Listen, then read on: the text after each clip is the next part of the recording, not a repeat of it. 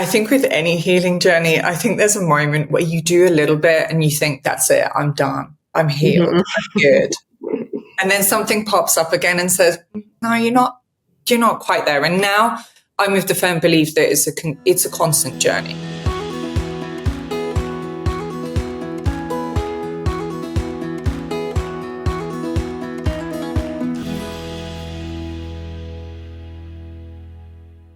I am so excited to welcome Emma Kate James to the podcast. I saw her incredible story on Instagram and we connected there, and she has been so helpful to me in my fertility journey and sharing some of her resources. And before we jump into your fertility journey, I want to talk about your work.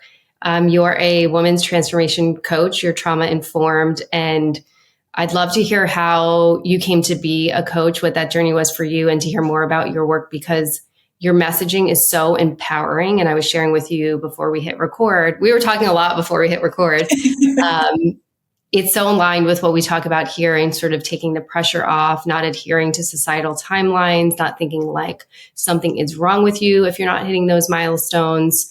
So welcome. And I'm so excited to have you here and have you share with our audience more about you, your work, and your own personal journey. Yeah, and I also just want to echo back, thank you so much for inviting me. I really, really appreciate it. And I also appreciate the work that you share as well. Thank you. So mutual respect there. Yeah, so much respect. Saying that. How I became a coach. To be honest with you, I think most coaches, if they're really honest, they had some kind of life crisis, some moment within life where they started asking, is this it? Is this all this is meant to be? You know, what is my purpose? So for me, it was very much, one, I had been through a divorce when I was 32. So I married when I was young, and then I was divorced at 32. And this entire life plan that I'd had in place suddenly felt like everything was slipping through my fingers. So I'm not, my marriage has ended. Am I ever going to have children? Yeah. All these really big thoughts at 32, which now in hindsight, I realize was really young to be having those thoughts, actually. That's my perspective now. But in that moment, I really thought my world had ended, really. And I felt terrified and scared. Well, yeah. And I think it's and you share with me if you feel the same, it's that societal messaging that certain things are supposed to happen at certain times. And according to society, you did the things at the right time. You got married early. 32 is usually, I'm thinking about my friend group and even my twin sister. That was when my friends were having kids or already had kids. So it's almost like you were living life according to the plan, and then watching that sort of unfold. I could imagine sort of the things you said to yourself and the fear and the uncertainty. Yeah. And to be honest with you, this is no disrespect to my ex-husband. He's a good man. But on reflection, I really know that even the decision to get married to that person was hurried along, sped along. Mm-hmm. Because of that pressure, I was more focused on the plan than I was who I was marrying. Was this really what I wanted for my life, etc.? So I'm really familiar with that societal pressure that we all feel. And I never want to say I settled, but I think he and I can both openly say now, yeah, we probably shouldn't have got married. We weren't really right for each other. But I remember my key focus being more on the wedding, having the ring on my finger, being a wife, rather than, is this really the person I want to spend the rest of my life with? Yeah. So, 32 came, I was divorced, and I really struggled for a few years. So I did the typical, I'm not going to hide it. I desperately dated, trying to fill the hole, trying to fill that void in my life, thinking if I can just find a man, then all my problems will be solved, and then I can get another relationship, have another child. And obviously that method doesn't work. Because with that kind of energy of, I've got to find this, it's this real, it's coming from a space of lack completely.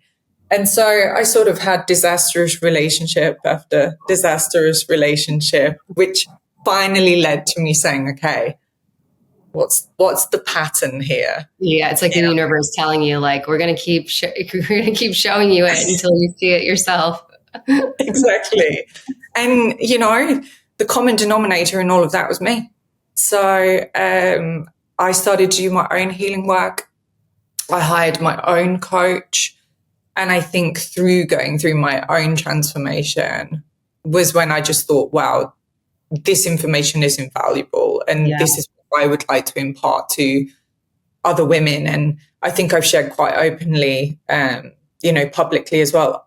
Through all this time, I suffered with so much anxiety for most of my life. I had. Mm-hmm. Mm-hmm. I do believe a lot of that was driven by that pressure, by that need to be so much whatever it is we're told we need to be. And it was through the healing work and through working with a coach myself that, that anxiety was no more. And I just started thinking, this is so important. This is that I want to share. And so, I then decided to become a coach myself. Amazing. Prior to finding the healing work, was there a moment where you're like, oh my gosh, this is the pattern and I need to work on that or work on my patterns? Was there like an aha moment for you where maybe it was like one more last disastrous relationship? Do you remember a specific moment where you're like, okay, I'm the common denominator here? I mean, I think with any healing journey, I think there's a moment where you do a little bit and you think, that's it, I'm done. I'm healed. Mm-hmm. I'm good. And then something pops up again and says, no, you're not quite there. And now I'm with the firm belief that it's a constant journey. You will never be completely healed because we're humans and we face adversity. And every time there's a new challenge, that's something new for us to overcome or to experience. And so, yes, there was another relationship. And I would say that was and I genuinely thought I'd done the work and was healed before getting into that. And then once I was in that relationship, there was a little bit more work to be done, let's say. And the pattern that came up in that relationship actually was that, once again, that desperation. I'm running out of time. I need to figure out this is the person and I need to know now because time is running out. Yeah. And I think that forces some pretty unhealthy behaviors within a relationship when you're coming from that space. I could not agree more. I mean, I created a whole podcast around this idea of the quieting the clock, because my feeling is the pressure clouds so much. I think becomes this lack of clarity on what we actually desire for ourselves. And, it's exciting to see so many more women and people doing work like this, where it's like, it doesn't have to happen at a certain time. Like, let's, honor our own authentic path. And, do you see a lot of this in your work? Like, is that a lot of the work that you do do you work with women only? Yeah, yes, women only, right? And do you see a lot of that anxiety, that pressure, the timeline pressure? Yeah, absolutely. And I would say it's actually common amongst most women. I would say there's a moment, especially when women hit their 30s, where this becomes a huge question for them. And it can be one of two ways. I mean, also the pressure can be when they think they don't want children, and they also feel the pressure of there's so much, right? There's a focus on, is there something wrong with me if I want to be single and I don't want children? And there's also this, am I deemed successful within society if I don't have a husband and I don't have children? I would say it's probably the most common thing that women actually come and speak to me about, which is why I started focusing on women in their 30s, early 40s, because I really feel that that's such a pivotal time in life where we're asking all those big questions, and like you said, there's so much pressure on us at that point to have so-called achieved all these things. I actually find it kind of laughable that we are kind of, this thing is instilled within us that 35 is it for us. you know. I know. That is like the marker number. And even in fertility, it's like 35 is the cliff for your fertility. And, we're learning so much more that is not true at all. And, I got pregnant at 39 naturally. So I think it's really the work is dismantling all these narratives that are so harmful and perpetuate the pressure. Yeah. Yeah. And what's really sad is that, we can say, I really genuinely see it create so much unhappiness and so much anxiety within women. Mm-hmm. I mean, this isn't a small thing. They're really, really suffering as a consequence. It's quite surprising how much we take on this idea that unless we hit these specific markers, we're not successful as women, and how sad that we only hold ourselves by these few things. If I don't mother, then maybe I'm not a success as a woman, or whatever that goal is. Yeah. What that did for me, because I definitely I was susceptible to the pressure too, and unhelpful narratives is, and I am curious if this was, before your healing work sort of happened for you as well, is I overlooked all the things that were actually great in my life, all the things that did mark success, because it wasn't partnership, marriage, baby. I didn't have those things yet. I overlooked like all the other things. And I'm curious if you did that yourself, and if the women you work with do that as well, is overlook some really wonderful things happening in their life. Absolutely. I'm trying to remember, there's a quote out there, isn't there, that's something along the lines of, don't lose sight of all that you have in the pursuit of what it is that you want. Mm-hmm, mm-hmm. I can't remember. I know I've not got that right, but it's something like that. And it's completely true. I think we can become so tunnel visioned and so laser focused on a future that hasn't happened yet. And we're trying so hard to control that. We're not living in the present moment at that point. We're not actually seeing what we have available to us in any given moment. And it's so funny that women, and I say this because this is my experience with who I coach, but women as well, they find it so hard to kind of self-reflect and see how far they've already come. And what I mean by that is, with a lot of the women that I work with as well, they don't see their own progress. They only still see this list of things that they've not yet got to. Instead of, wow, actually look back at the life that I've had. Look at all the things I've already overcome. Look at all these big things where I thought it was going to be the end for me. That breakup where you thought you were never going to survive it. And yet here you are, you did. And they don't see that as a triumph or something, or as an achievement. They're not seeing that all this progress they've already made. They're simply focusing on, but I don't have this thing yet. Yeah, you're so right. I see that in my work as a therapist too. And I think that's the wonderful thing about having either a coach or a therapist, is that when they can't self-reflect, we can help them do it or do it for them. And I have sessions where I walk through all the progress that I've seen, and it will blow their minds because they literally don't see it or haven't looked at it that way. So I love that you bring that up. And it's a good reminder even for myself, because I'm in a season where I'm trying to control a lot of things. I'm living in a lot of uncertainty, and this is very helpful for me today too, to have this reminder. I mean, I love it in a session as well. When someone comes on, one of the first things I say in a session is like, what are you celebrating yourself for today? How often do you even just go, actually, I did quite a lot today, or what am I celebrating myself for the last year? Because we're always still looking at that thing that's, again, we're focusing on a future which has not happened, which you cannot predict. And as a consequence, we end up being pretty unhappy. So unhappy. Yeah. I mean, I think it could be cycles of like, I'm present, I'm grateful, but then I'm so unhappy. But I think those exercises of self-reflection, or just that simple question of what you're celebrating. I ask a similar question. I say, what are you proud of? And my clients will look at me like I'm crazy. Like, I'm like, what are you proud of? And I'll be like, I have 7 things I can say that I'm proud of you for. Like, think of one thing. And I think that's such a good prompt.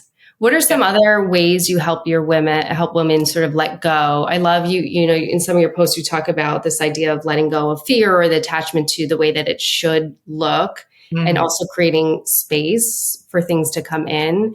What are some ways you help clients do that, or you did for yourself? Yeah, I mean, for me, honestly, I've got a really strong belief first that I actually would love it if every woman out there would do some healing work. And I know that's such a big ambition, but I do believe that women, especially, we've been hurting for so long in society. We carry so much generational trauma. Mm-hmm. And we are the ones that birth the next generation as well. So I think that healing work is really important. So when you say some of the things I do with my clients, I think it's really important to actually, before doing forward focusing exercises or before looking at, okay, where do we want to be? So what we call now manifestation, right? I like to go back and I don't like to sit in the past, but what I do want, so I work really heavily within child work. Mm-hmm.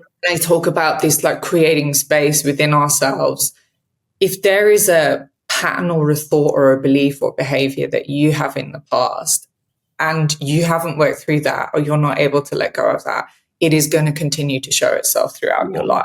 Yeah. So with women, when we're talking about, I suppose, the fertility journey, or women who are kind of terrified when they get to this point and they feel unsuccessful, one of the biggest things is looking around, well, where are those fears coming up from? And what are the beliefs, are the stories, are the things that have held you back until this point? And let's heal those first. Let's work through those first before we start going, okay, now what is it that we want from the future? And then looking forwards, I myself, I'm a bit nervous to use the word manifestation because I just think it's utilized a little bit too much in today's society. However, I myself, when I was going through my own fertility process, I was very, very clear on how I wanted to utilize my energy best for that process. So when I'm going through the journey, am I going to focus on all the eventualities that might go wrong? Am I going to think about what if this doesn't happen, or what if I don't meet him, or what if my IVF doesn't work, or whatever that what if is? You're literally, I like to think of it as literally your energy being projected into a future. So what could be held in the present moment, what could energy that could I love that. is a way in the future. Also, if we spend too much time thinking, over the past, that's some of your energy that you could be holding here in the present moment, and you've allocated it to the past. There's part of you still living in that past. And so some of my practice is to bring them back into the present moment, because if you're always trying to predict what's going to happen in the future, if you're always trying to control, there's so much energy being lost for what you need right now in that present moment. And I would rather say, focus on the outcome that you do want to see. Focus on the outcome that you truly want in the world. And I know it's easier said than done. However, how do you feel in the present moment if someone said to you, that thing's guaranteed to happen? It's going to happen. Your I'm shoulders smiling because all I'm thinking about is how helpful this is to me. I'm like in a coaching session. Imagine it, if I said to you, that thing you want is going to happen, guaranteed.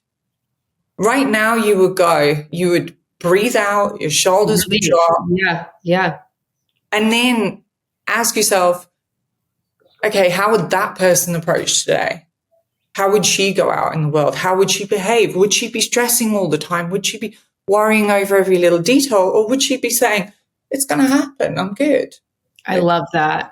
How do you help women? How do you stay connected to that? Right? What is is it daily practice? Is it, because I hear that so loudly right now, and I love that so much. And I think that could be, is so helpful to whoever you work with and whoever is listening, is to, take that practice on.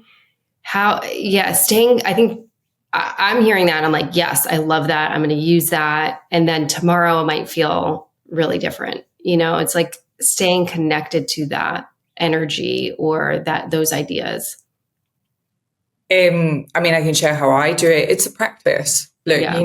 nothing's going to happen overnight. And it's like anything, you need to practice it in order for it to almost become muscle memory, if you like. Mm-hmm. So the way I did it was through meditation. Okay. But other people can choose other ways, but through meditation, I would sit and I would literally visualize the future that I wanted. But Mm. I want to be really clear on that. You don't just think of something and imagine it. The key is to feel it. So I love feel that. it within your body, because we all hear this, right? You need to embody that which you want to become. You need to embody that which you want to attract into your life. And I genuinely think that's true. So if we take my own individual process, I just focused on cultivating the emotion, cultivating the feeling of how it feels to be a mother. Not will I become a mother? Won't I become a mother? Mm. Just how does that feel? When I imagine that, how would it feel to hold my child for the first time? How would it feel to see Oh. them playing? And it was that feeling that I practiced cultivating all the time. And then, look, it's like anything, it's awareness. One of my coaches always says awareness precedes choice. So, in other I words, love that. you need to be aware of your own behaviors. You need to be aware when you're slipping into worry, future projection, or worrying about the past. And you just need to catch yourself and bring yourself back to this moment. And again, try and attach again to that sensation, that feeling that you are trying to cultivate. It doesn't happen overnight. It is a constant Yeah. practice. I'm probably oversimplifying it now. No, I Um, think the way you're breaking down is beautiful. It's so easy to hear and receive, and I think it's amazing the way you're sharing it right now, because it makes it sound so easy to do. yeah. I mean, like I said, if you center it around a meditation practice, then you've got something to anchor into it, right? So you make it part of your day, you sit down, you cultivate that feeling. I think the issue we have with meditation these days is we sit down for 10 minutes, we bliss out for 10 minutes, and then we go on our day and we're stressed and we forget that sensation. So the key is, how can you hold on to that sensation for the rest of the day? How can you Yeah. try and keep that with you throughout the day? I don't know if you see this in your work. In my work, what I see, especially as a therapist in New York City, is this whole hustle culture. And we're like, go, go, go, go. And I think there's little room or time to slow down and to invite awareness, to invite space and slowness. And sometimes the meditation becomes like the checklist thing. Like, okay, I've Absolutely. meditated. Like you said, I've meditated for today, and now I'm jumping into this crazy stressful day. Do you see that in your work with the women you work with as well? Yeah, absolutely. And look, with the rise of the wellness industry, we have social media to thank for that in many ways. And I think it's great that more people have an awareness of self care and mental health practices. But unfortunately, what I see is it's layered a new level of self perfectionism that people are now trying to maintain. And like you said, it becomes a tick in the box. It becomes Mm-hmm. okay, I journaled, I did my 5 minute journal this morning, then I did my 15 minute meditation, I've done my 20 minutes of exercise, Check, off I check, check. go. Yeah. But for me, it's the energy that you bring to all of those. So, for example, journaling can be a great tool. Some people can also use it, and it ends up being more like a practice for recycling emotions. So what I mean by that is they're journaling and they're reflecting on everything that's I feel like journaling is reflective. It's not actually helping you to release anything, Mm. most people.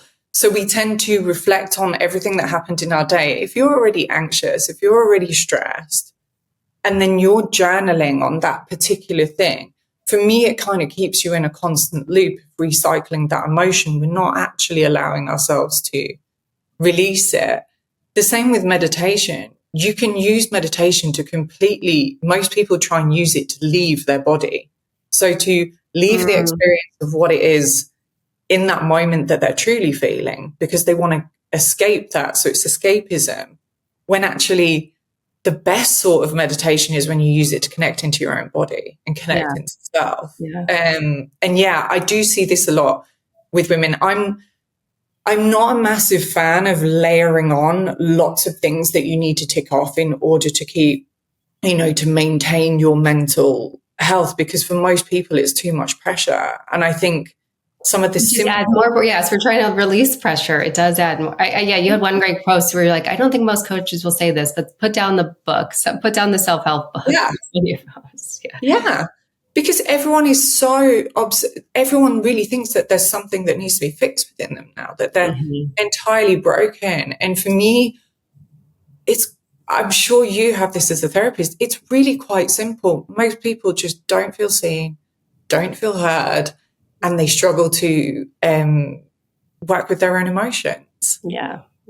And if they didn't get those things, a journal doesn't listen to you or make you feel heard. It's probably not going to really help you learn to deal and process your emotions. And those, for me, are key life skills. When you've got that, you don't really need to worry about all these other things. It's great if you want to put them into your life, but for me, there's some real key skills that each individual should have been taught from a really, really young age. And we're starting to see it now. There's this popularity now of, conscious parenting and how we need to raise our children so that they know how to handle emotion. But our generation was not taught that. Our parents' generation wasn't. No. So we're kind of cleaning up this, our side of the street, so that the next generation doesn't have to experience these type of things. Yeah, which is a wonderful thing. I mean, we're doing the hard work, but it's worth it to pass it on to our next generations.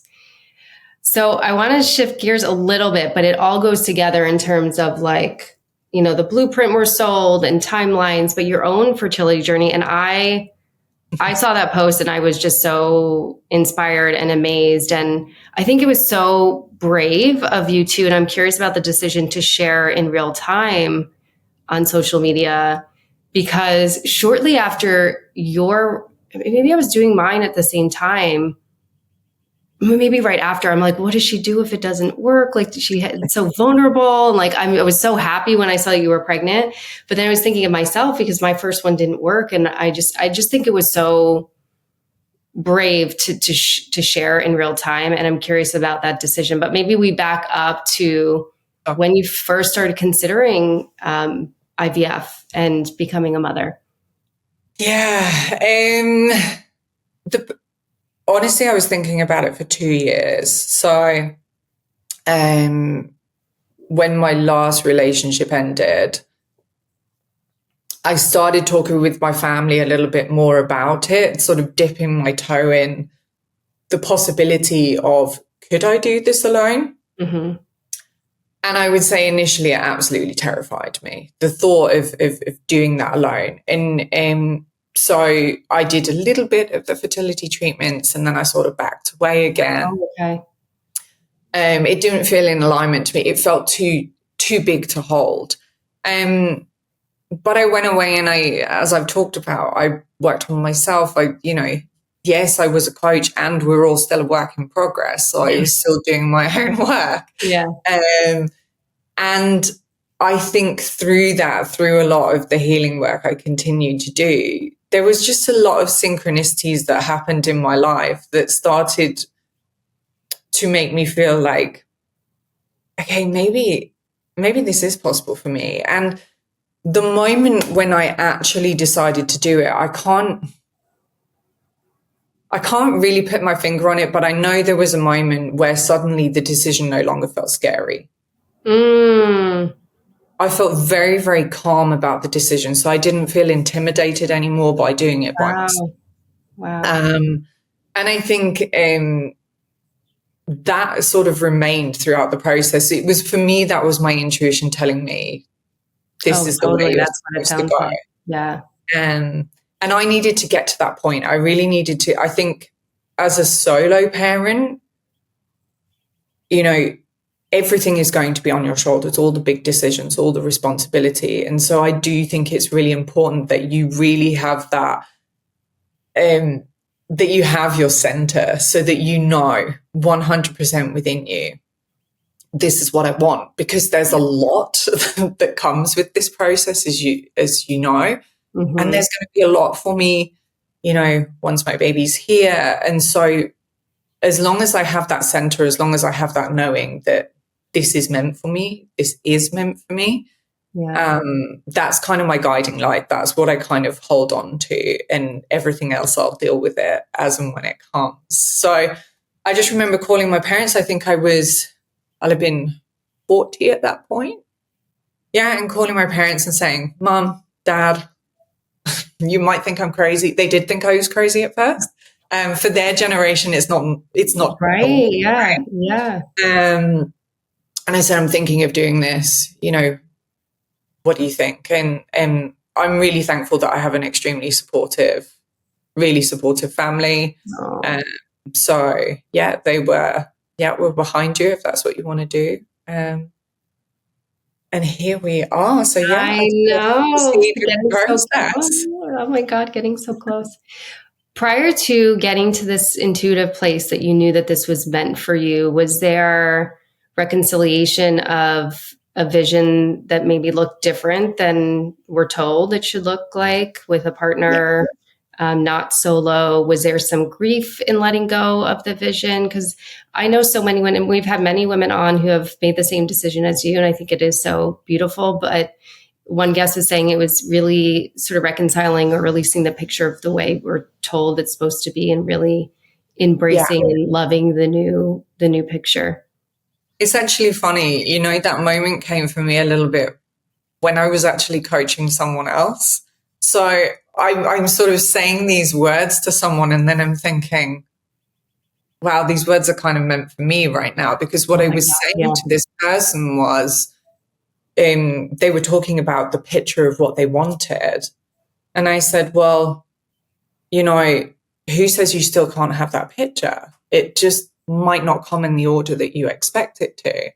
And for me, it was one of those moments where my own words came back and slapped me in the face. I've had those moments in session too. I'm like, oh, that works for me too. Yeah, and absolutely. To be honest with you, I think the grief process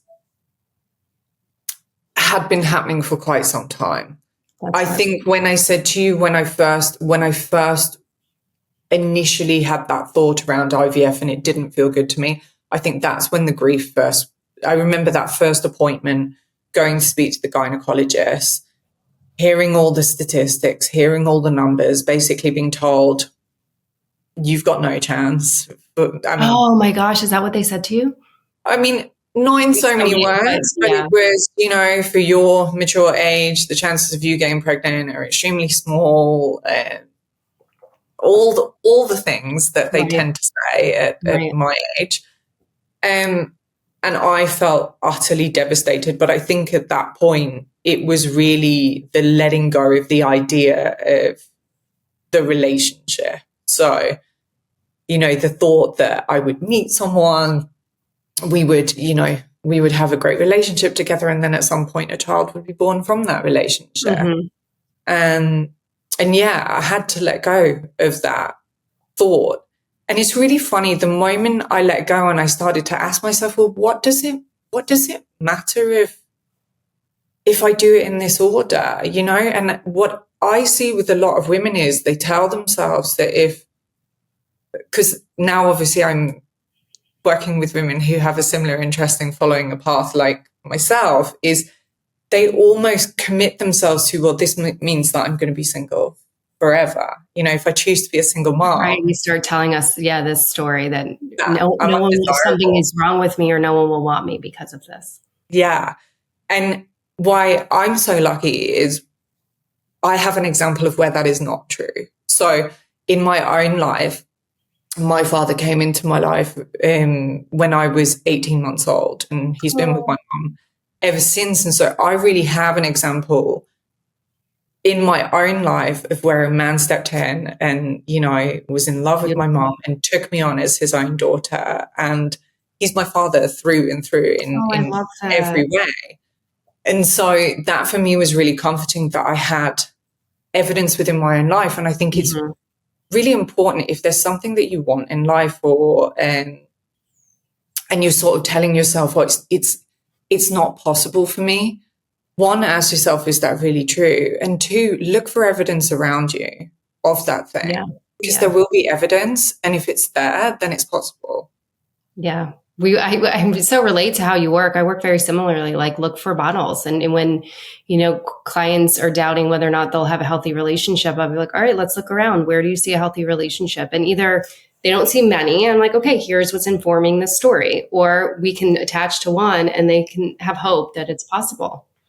Yeah, exactly. And so it is just breaking down those, and we all do it. We all follow a certain narrative, and then it's just Yeah. catching ourselves and challenging ourselves on those narratives. And it's that, can you 100% say that's fact? No, because it's just a Yeah. story you're telling yourself, and letting go of that. Yeah. And it's, unfortunately, it's been a story that's been told to us for so long, or it's been told to our parents. We've been told to them. And it's so deeply ingrained. And we're sort of handed this story that, we buy into because that's what we're told. And again, this is why it's wonderful to have someone like you doing the work that you're doing and sharing your story, and breaking down these stories and narratives that are just so outdated. And I'm with you. I don't think things have to come in certain orders. Like, I'm not married, but we've had a baby first. We're hoping for a second, and that's our framework for things, and that works for us. And so, really, I think it's just it's like understanding, what works for you. It doesn't have to look. It's not all cookie cutter, and doesn't have to look all the same. Yeah, absolutely. And I think as well, just, when I was thinking about it, when I was, if you like, going through this grief period, I think there's a moment of being really honest with yourself. And for me, I knew that if I went out into the world looking for a partner, but driven by the need to have a child, for me, that's going to possibly bring a slightly undesirable outcome. And with the work that we do, I know how important it is to bring a child into the world, into a stable environment, Yeah. so to speak. Yes. Yes. And how we are as individuals has such an impact on our children. So for me, it was sort of looking at, okay, what's the sort of parent I actually want to be? What is it that I kind of want to pass on? Is chasing a relationship, which I don't think is the right energy to go out there and find a No. relationship, is No. that going to benefit me in this moment? And if I get into that relationship and it's come from that energy, could that possibly be the right environment for my child? And possibly not, because I do believe that when we're pushing to settle, when we're just rushing forwards, that's usually when things don't work out. And I've been there already, I already Mhm. married. I've been divorced. I know how that story goes. Right. And Right. so for me, I just thought there was just this moment of, I could potentially run the risk of looking for the one and never experiencing parenthood. Now, some might argue, well, that also is coming from a space of fear. Yes, and I just think I'm realistic about my age, and also when I Exactly. feel is right to have a child. Right. I would have had no problem having a baby a few years later. Who knows? Maybe this is not my only baby. But I wanted the opportunity to do it Yeah. now. Yeah. And people ask me a similar question in terms of marriage. Like, I think they automatically assume I don't want to be married. I do very much want to be married, but I'm like, babies were the first priority for me, and a second is still a first priority for me over marriage. So, Yeah. in terms of like the clock, it is the biological clock is a real thing, and my thought is marriage can happen at any time. So Yeah. that's sort of, I get that kind of same thoughts or questions about that, but it doesn't mean I don't want to be married, but it's just, this was my priority first. And I love why you say there's this permission to do it in any order you want. It doesn't have to be in a traditional order. And I think through my own experience, hindsight's a wonderful thing. If I could do it all again, I think that desperation to find that partner, to have that baby, was the thing that led to me actually just delaying the thing that I wanted the most. It really did, because I was repeating this pattern of jumping into things too soon, jumping into things too hastily, and literally unconsciously pushing away that one thing that I wanted the most further and further away. So, I think that's where the narrative of time becomes problematic again, because I've seen this a lot in my work with women, is this idea of like, I don't want to waste any time. And when I say that, I mean that they don't want to take any time off from dating. So they're constantly in the pursuing or the chasing of, and they feel like the waste of time is to take the time away from dating, where I try to encourage them, the time might be better used to, like you're saying, shift this energy. Let's gain this awareness. Let's understand and uncover the patterns. And because of that pressure of time, that is the thing that feels like the waste of time. It's just to pause and do that work versus like, I'm just going to keep dating. I'm just going to keep going out there. And the patterns are continuing. So it's challenging. I feel for women that are in that dating space and still susceptible to the pressure and the timelines and really kind of forcing the dating. I think it's building trust though, right? It's building trust within yourself, and it's building trust in, for want of a better way of saying it, what will be, will be. And I think most of us we really struggle to trust, to surrender to life, because we're so desperately trying to control it, because we are worried about those timelines. And if we literally let go, if we trusted, if we instead cultivated fantastic self-trust within ourselves, your energy, the way that you shine when you're coming from that space, that's what's going to attract the partner. That's what's going to call that person in. It's so true. And I have to share something with you. And I think it's important for the audience to hear too, is I'm working with a hormone specialist and nutritionist now to help, with my own health and fertility health. And she asked me this question. She's like, think back to times where good things happened for you and what was going on in those times. And the two best things that have happened in my life is meeting my partner and having my son. And I thought about those two times and I'm like, oh my God, there was no pressure on either of those things at all. And it's like, I never thought about it in that way, but it was so profound, because before meeting Rob, and I've said this on here, it's like, I was kind of in this really great place of acceptance of like, life is really great. I was 34, I was single. I was like, life is really great. I have all these amazing things. I'm really, in this great place. And a month later I met Rob. And same with my son. Like we were, having really hard conversations about whether or not we would have children, whether or not we would stay together if we wanted different things. And then finally we're like, let's just see what happens. And like 2 weeks later I was pregnant. And it was like these moments where all the pressure, and not to say that's easy to do, but it was really wild for her to ask me that and for me to think about that, because it is so true. And when you talk about looking around, like at evidence, I think that's a prompt to everyone to look at evidence like the same way, Stephanie Adler is my nutrition hormone specialist coach asked me, is to ask ourselves, where's our evidence in my life where when I took the pressure off, really good things happened? Yeah. And I really love that you share that. And it makes me think, what came to my mind is, it's like the energy of receiving, right? And I think especially for the feminine, receiving is such an important thing for us to be able to do.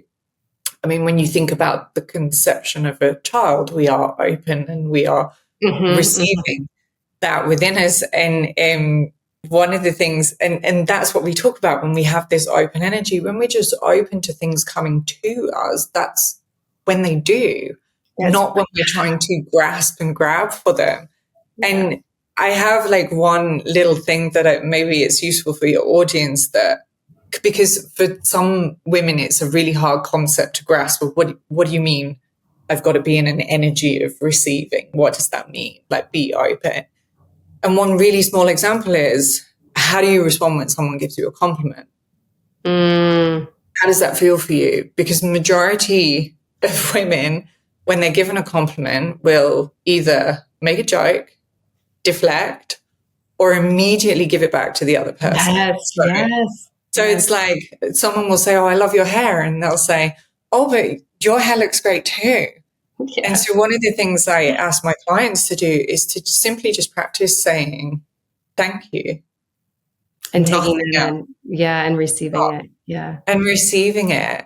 And I know that seems like such a silly exercise, but it's a practice. How you do anything is how you do everything. So when you see it on that kind of micro level, if you can't even receive a compliment, how are you going to be able to trust what is coming to you in this world? How are you going to be able to accept that you just need to sit back and, so it's a small exercise, but I really do think that the more you are happy in yourself, you are cultivating a great relationship with yourself. You are open to whatever comes your way.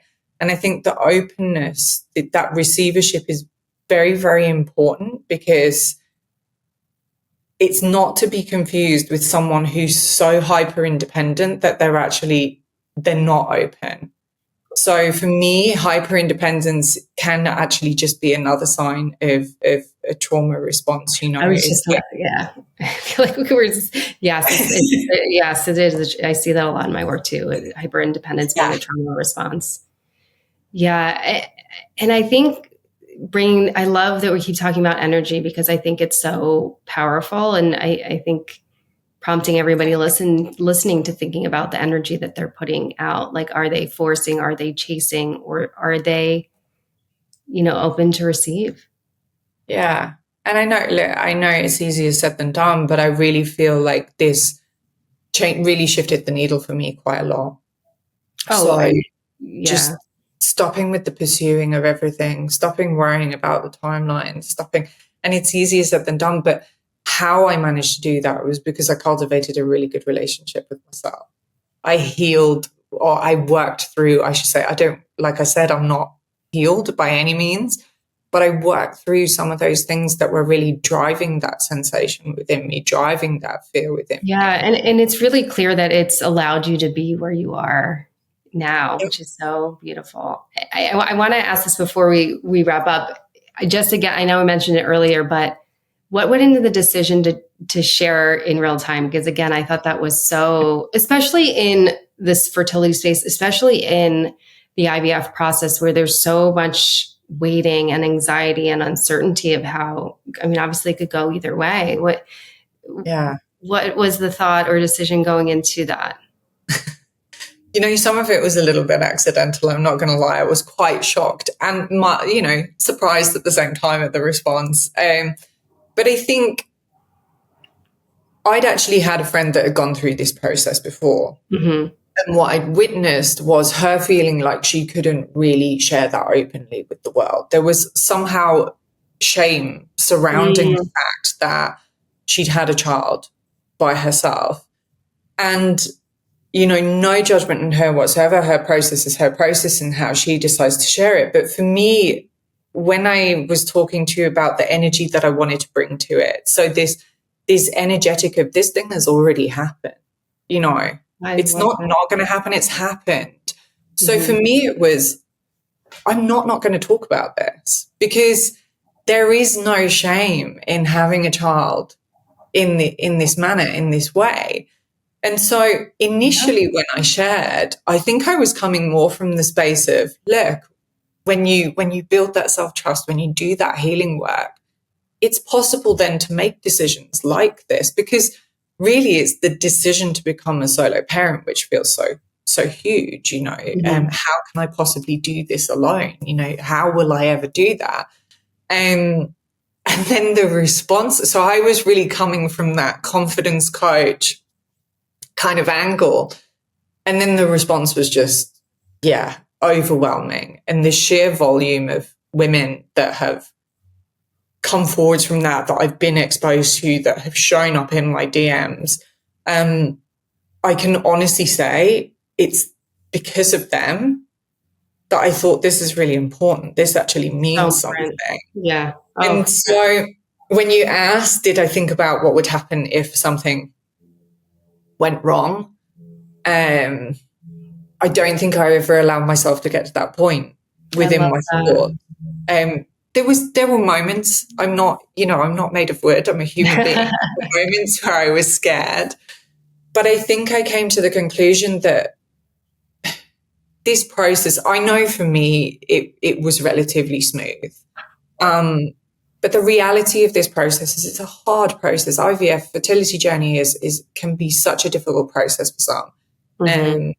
And I sort of made a decision at one point that I would just be honest no matter what happened I in the love that. process. Yeah. But that I also have agency over the volume that I want to share. And then, like I said to you, because my mindset was very much, this is happening. There's no other leeway for any other possibility. And people would say that I was crazy. I went to the IVF clinic and I said, yeah, it's going to work first time. And the women looked at me like I was bonkers. And I said to them, until I'm proven otherwise, that's where my mindset is staying. I love that. Yeah. Yeah. And it served me well because I never allowed myself to get into the worry, into the stress of the what ifs. And I just decided if they did occur, I would deal with them in that moment and I would process them in that moment. So yeah, thankfully it didn't go in that direction. And yeah, I'm now 7 months pregnant. It's just it revalidates the energy, the importance of the energy in your mindset. And Yeah. I think that's helpful to apply to anything. You know, I know even for myself when I was dating and single before I got to that place of acceptance, bad narratives creep in. Like, I'm never going to meet anybody. It's never going to happen. And, you know, I just think your story revalidates the value of a positive mindset, doing the work, you know, putting your energy in the right place, because then, and trusting the outcomes will come. Yeah. And I think as well, look, within the fertility process, there's been a lot of, I mean, I also made a lot of other changes. I mean, we've talked about this, like nutritional changes, etc. But one of the things that really came across when I was doing a bit of research in terms of, okay, how can I support my chances as best as possible? It always seemed to come back to mindset. It always seemed to come back to so one of the things that was shared to me was, what are your concerns in the process? So for a lot of couples, for example, there's simply the fear of it not working or not having children, but there's also fears around finances or whatever it might be. And it's about eliminating those fears before you go through the process, or as best you can, because you need that energy. You're literally asking your body to create life. There's a lot of energy required for Oh that. my gosh. And I think that's one thing that we don't as women know. And I've even learned more after my IVF journey, like how much energy is required to conceive. It's quite a bit. Yeah. Yeah. And so I think mindset is really, really key when you go through the process. And if you imagine your body's in a state of fight or flight when you go in to have the IVF process, is that a supportive environment for, for that process? Now I'm not, no shade on anyone that feels that way when they're going through it, but it's more of a little bit of a reminder of, okay, what can I do to best support myself, that best supports my body, to provide that as best an environment as I possibly can for that little embryo to hopefully stick and grow. And look, I'm probably oversimplifying it. I think I should just say to your audience as well, I had no fertility issues. So in my process, it was purely just the simple fact that I did not have a partner. And I think it's important that I say that because I know there's a lot of complications within, the fertility. Yeah, but I think it's still so valuable for everybody, what you're saying. And as somebody that has had fertility issues trying to have their second, I'm resonating so deeply with everything that you're saying, because I don't think I've been in the best place. And it's hard when you're going through that and you want something so much in a certain time. so thinking about the energy we're bringing to that is so important, regardless of, where you land on, the fertility spectrum or what you're going through. So I don't think I just want to say that to say, I don't think you're oversimplifying as someone that's having fertility struggles. Like, I'm really taking that in so much, and it's so helpful for me to hear. Yeah. And I think the other thing, I know we've discussed this kind of off camera before, but I was always asking myself, if my child is watching me right now, like they've selected me, my baby's already chosen me. And if my baby's watching me right now, who's the sort of person that I want them to witness me being? Oh, God, because that's gonna make me cry. That's really good. because we tend to ask ourselves that once they're here, right? But I'm of the belief that they're watching, even before they make the choice to come here, to come Earthside. And so what really helped me was this thought process of, bless you, but yeah, is to ask yourself, like, what's the sort of person I want to see them to see me being? And so I wanted to show them, like, I've got this, I've got this process, and, Oh my God, that is so beautiful. Oh my God. I feel like this was personally just for me all today, because it's been so helpful, so insanely helpful to me. And I shared where kind of with you off camera where I'm at and right now. And so thank you so much. One last thing I want to say, and just is coming to my mind as we're talking is, and I'm curious you feel the same way, everything is hindsight, but when I look at the timeline of my life, it all makes sense to me now. When the time in which things happened makes so much sense to me now. And I wish I could have trusted that so much sooner, because I think it would have saved me a lot of anxiety and sadness. But now it all makes sense. And I'm trying to remind myself, and I'm saying that a lot to remind myself too, with the second baby, that like when that happens, because it will happen, it is done, it is happening, it will all make sense as to why that was the timeline. And I just wanted to, and I want to hear if you feel the same way, but I think it's important to say, because at some point it all makes sense. We live in a lot of uncertainty and doubt and question of whether these things will happen. And when they do, we're like, oh, it makes sense as to why it's happening now. 100% agree with you on that. If I reflect back to the 32-year-old, or whenever I thought I was going to have that baby, early 30s, she was not capable of raising a child. I'm sure she would have done it, but not in the manner that I would have hoped to be. And I had a lot of things to work through to get me to a point where now I feel really confident to become a parent. And maybe that does come with age, and I had to navigate all those things to get to a point. And, if we take that analogy again about maybe my children have been watching me this whole point, this whole time, they've suddenly said, okay, now you're ready. Now she's ready. Now we're going to come. And when your baby is here, you'll see that even more, because that's been my experience with my son. I'm like, I'm such a better mom now than, and to your point, like I would have done it, but who I am now, I'm such a better mom to him. Yeah. Like I think a good mom to him.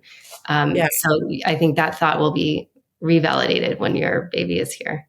Thank you. I mean, I remember when I did approach that, when I said, when I went out and I finally said enough and I got a coach, one of the first things I said to her was, I want to become a parent, and I don't ever want my child to feel the way that I feel right now, And so I think I said this on one of my posts before, for me and my baby, my child, and this was before I was even pregnant. This was years before I was pregnant when I had the coach, but I feel like he's been guiding me, the whole time, because that was my key driver, was enough now. This stops with me. This anxiety that I'm feeling stops with me. Oh, love that. I'm not going to bring that to my child. And yeah, for me, that was such a powerful way to look at all of this. And again, did I have that sort of mindset earlier on in life? No, absolutely not. Yeah. So do I think I'm in a much better position now to raise my child? Absolutely, because it's coming from a completely completely different space to where I would have been coming from in my early 30s. Yeah. So as we say in hindsight, I'm actually grateful for everything that happened. I say the same thing. I say the Yeah, same thing. Again, it all makes sense. And I think the work is knowing that before it happens and trusting in that before it happens, because when it does, it will all make sense. But in the yeah, moment, it's when it's not happening, if we're putting our energy on sort of that lack, it's really challenging. it is absolutely. And I think, look, what is life without hope, right? I think, we just have to. We can talk about it as hope. We can talk about it as energy, but I would rather live my life now in an energy of everything's going to be okay or everything will work out as it's meant to, versus fear-based feeling. So how much, even now in the situation I'm in, I could spend a lot of time worrying about how am Sure. I going to cope? How am Yeah. I going to do this by myself? And every time I catch myself doing it, because again, I'm human, I do have these thoughts, I just bring it back to now, in the present moment. Is that a reality for me? No, it's not. Right now, I'm safe. Right now, I'm good. Right now, I don't know what's going to happen. Mm-hmm. And keeping my center there, keeping my energy there, instead of worrying about those things that may never ever come, may never Right. ever. Exactly. We had an incredible guest. Her episode hasn't aired yet, but she's also having a child on her own. And I love how she says, she's like, I'm not doing this by myself. She's like, I have this person, I have this person, I have an amazing family. She's like, I'm not by myself. So I love how she shifts that narrative. Yeah, I mean, you definitely have to have a community Well, around yeah, you. yeah. And Well, even as a parent with a partner, you need a community.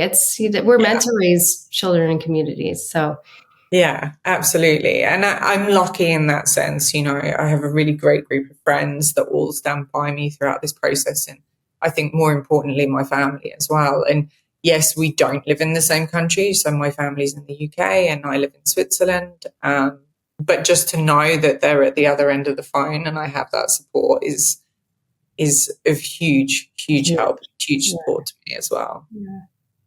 Well, Yeah. I took up a lot of your time here, but I love speaking with you, and I appreciate you being here and everything you shared. I'm so honest in saying it's been so helpful for me today. I think it's going to help me shift tremendously, and I know everyone listening will feel the same. And I imagine you're wrapping up some work soon for maternity leave, but tell everyone where they can find you, at very least on social media, because your messaging is all there and it's amazing. Yeah, I mean, I'm pretty much just on Instagram at the moment, so you can find me, and my handle is emma.kate.james, so quite easy to find. But yeah, I will be wrapping up very, very soon. And looking forward to it as well. I'm looking forward to winding down a little bit. I am, if it's okay for me to share this, I'm Yes, having absolutely. a live group Q&A soon. So I'm just giving women the opportunity to jump on and ask me any questions they have, because Yeah. like you, and you host the podcast, I think these sort of conversations are so valuable when shared. So valuable. And when we're talking about, again, evidence and models, like you're certainly one, I'm sure you've inspired a lot of women to consider this journey themselves that maybe were kind of on the fence. And so you were inspiration to them, I imagine, I'm sure. Yeah. Well, Thank you. thank you so much for being here. I really appreciate you and your time and everything you've shared here today. Thank you. And thank you for having me here.